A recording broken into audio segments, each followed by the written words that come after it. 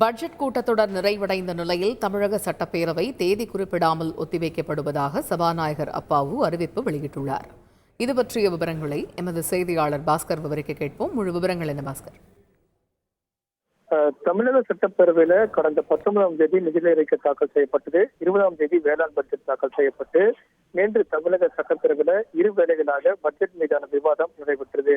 இன்று பதிலுரை நிதியமைச்சர் தங்கம் தென்னரசுவும் வேளாண்மைத்துறை அமைச்சர் எம்.ஆர்.கே. பன்னீர்செல்வமும் பதிலளித்தார்கள். பட்ஜெட் மீதான விவாதத்துக்கான பதிலுரையை வழங்கினார்கள். மேகதாது விவகாரம் இன்று பேரவையில எதிரொலித்தது. அதே நேரத்தில் நிதியமைச்சர் தங்கம் தென்னரசு மத்திய அரசு அதிக நிதி தகராறின் காரணமாக தமிழகத்துக்கு ஏற்பட்டிருக்கக்கூடிய பாதிப்புகள், மெட்ரோ ரயில் 2வது திட்டத்தை செயல்படுவதற்கான காரணம் உள்ளிட்ட பல்வேறு தகவல்களை பேரவையில பதிவு செய்தார்.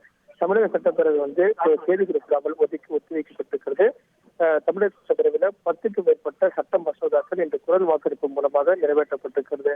அந்த வகையில தமிழக நெடுஞ்சாலைத்துறையும் தனியார் பங்களிப்புடன் சாலைகளை பராமரிப்பது, சுங்கச்சாவடிகள் அமைப்பது உள்ளிட்ட பல்வேறு அம்சங்கள் அடங்கிய சட்ட முன்வடிவும் இன்று குரல் வாக்கெடுப்பு மூலமாக நிறைவேற்றப்பட்டிருக்கிறது. நாடாளுமன்ற தேர்தல் அறிவிக்கப்படவுள்ள நிலையில துறை ரீதியான மானிய கோரிக்கைகள் நடைபெறாமல் தமிழக சட்டப்பேரவையில் தாக்கல் செய்யப்பட்ட பட்ஜெட் மீதான விவாதம் மற்றும் பதிலுரை மட்டும் நடைபெற்றது. துறை ரீதியான மானிய கோரிக்கைகள் நாடாளுமன்ற தேர்தலுக்கு பிறகு நடைபெறும். அப்போது அதற்கான தேதிகள் அறிவிக்கப்படும். தமிழக சட்டப்பேரவை இந்த தேதி குறிப்பிடாமல் சபாநாயகர் அப்பாவு ஒத்திவைத்துள்ளார். விரிவான விவரங்களுக்கு நன்றி பாஸ்கர்.